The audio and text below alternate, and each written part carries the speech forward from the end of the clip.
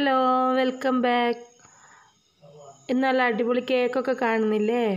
അപ്പോൾ ഇന്ന് ഈ കേക്ക് ഉണ്ടാക്കണം. കുട്ടികൾക്ക് വേണ്ടിയിട്ട് ഉണ്ടാക്കിയതാണ്. അപ്പോൾ അതിലൊരാളെ പിറന്നാളുമായിരുന്നു. അപ്പം അങ്ങനെ ഓരോ പേരും എഴുതി. മക്കളൊക്കെ ഇതാ കളിച്ചുകൊണ്ടിരിക്കുകയാണ്. അപ്പോൾ അവർ കളിക്കുന്ന ടൈമിന് ഞാൻ കേക്ക് ഉണ്ടാക്കാൻ പോവുകയാണ്. അപ്പം ഇന്ന് റെഡ് വെൽവെറ്റ് കേക്കാണ് ഉണ്ടാക്കുന്നത്.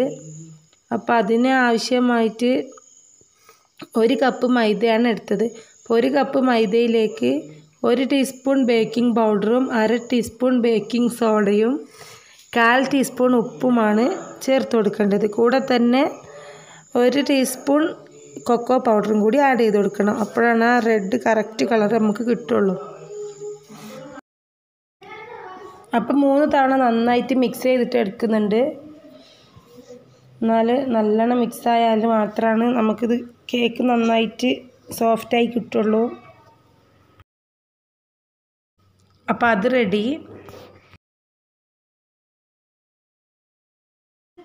ഇനി ഇതിലേക്ക് 1/4 കപ്പ് പാലാണ് എടുത്തിട്ടുള്ളത്.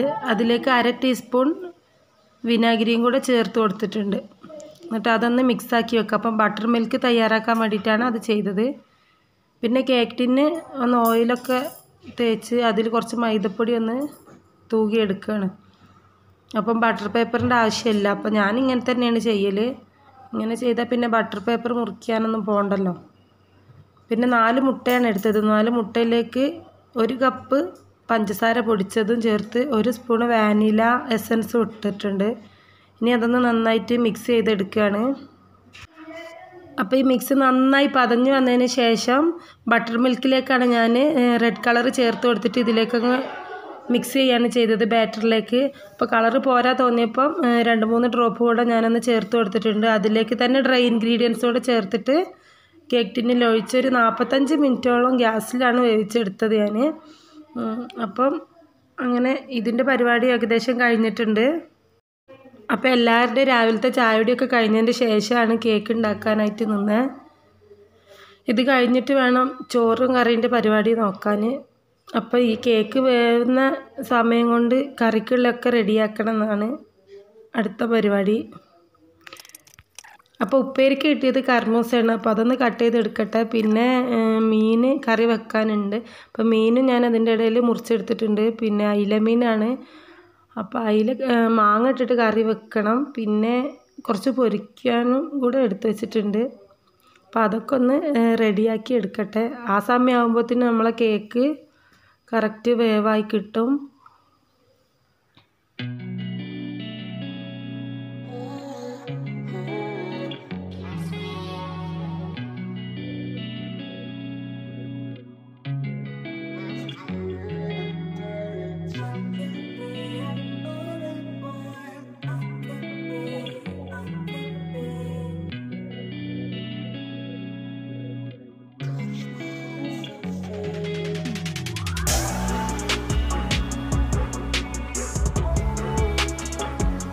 അപ്പോൾ ചോറും കറിയൊക്കെ റെഡിയായി. ഇനി കേക്ക് ഫ്രോസ്റ്റിംഗ് ആണ്.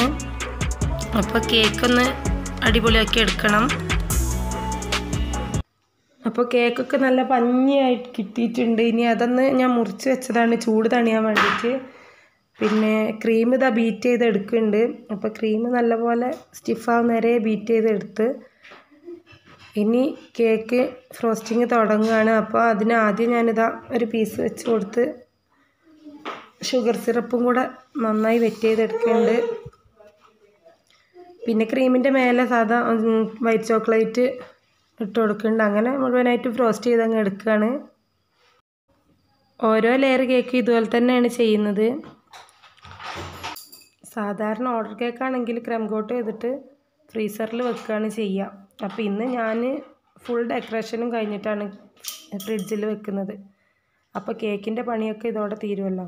പിന്നെ കേക്കിനേക്ക് നിൽക്കാൻ വരണ്ടല്ലോ, അത് വിചാരിച്ചിട്ട്.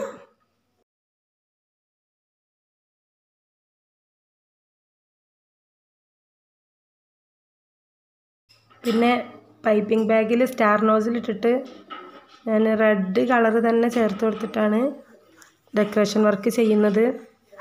അപ്പോൾ സൂപ്പർ റെഡാണ് ഞാൻ എടുത്ത കളറ്. അപ്പോൾ അത് കുറച്ച് ആദ്യം തന്നെ പൈപ്പിംഗ് ബാഗിലൊന്ന് ആക്കി കൊടുത്ത് ഇതാ ചെറിയ ഫ്ലവറൊക്കെ ഒന്ന് വരച്ച് കൊടുത്ത്, പിന്നെ കേക്കിൻ്റെ ചെറിയൊരു പീസ് കട്ട് ചെയ്ത് എടുത്ത് വെച്ചിരുന്നു. അപ്പോൾ അതൊന്ന് ഞാൻ പൊടിച്ചും കൂടെ എടുത്തതിൻ്റെ ശേഷമാണ് അതിലിട്ട് കൊടുത്തത്. പിന്നെ ഒന്ന് പേരെഴുതിയെടുക്കുന്നുണ്ട്, ഒരു ഹാപ്പി ബർത്ത്ഡേ കുഞ്ഞോളെന്ന് എഴുതി വെച്ചിട്ടുണ്ട്. ഇതോടെ കേക്കിൻ്റെ വർക്ക് കഴിഞ്ഞ്, ഇനി കേക്ക് സെറ്റായി കഴിഞ്ഞ് എല്ലാവർക്കും മുറിച്ച് കൊടുക്കണം. അപ്പം ഉച്ചക്കത്തെ ഫുഡൊക്കെ കഴിച്ചതിൻ്റെ ശേഷം എല്ലാവരും ഫ്രീ ആയി ഇരിക്കുന്ന ടൈമിലാണ് കേക്ക് കട്ട് ചെയ്യാനായിട്ട് നിന്നത്. അപ്പോൾ അനിയത്തിൻ്റെ പിറന്നാളായിരുന്നു, ഒക്കെ കട്ട് ചെയ്യാനായിട്ട് ചമ്മൽ. അപ്പോൾ പിന്നെ ഞാൻ തന്നെ കട്ട് ചെയ്തിട്ട് എല്ലാവർക്കും കൊടുത്ത്. അപ്പോൾ നല്ല ടേസ്റ്റുള്ളൊരു റെഡ് വെൽവെറ്റ് കേക്കായിരുന്നു.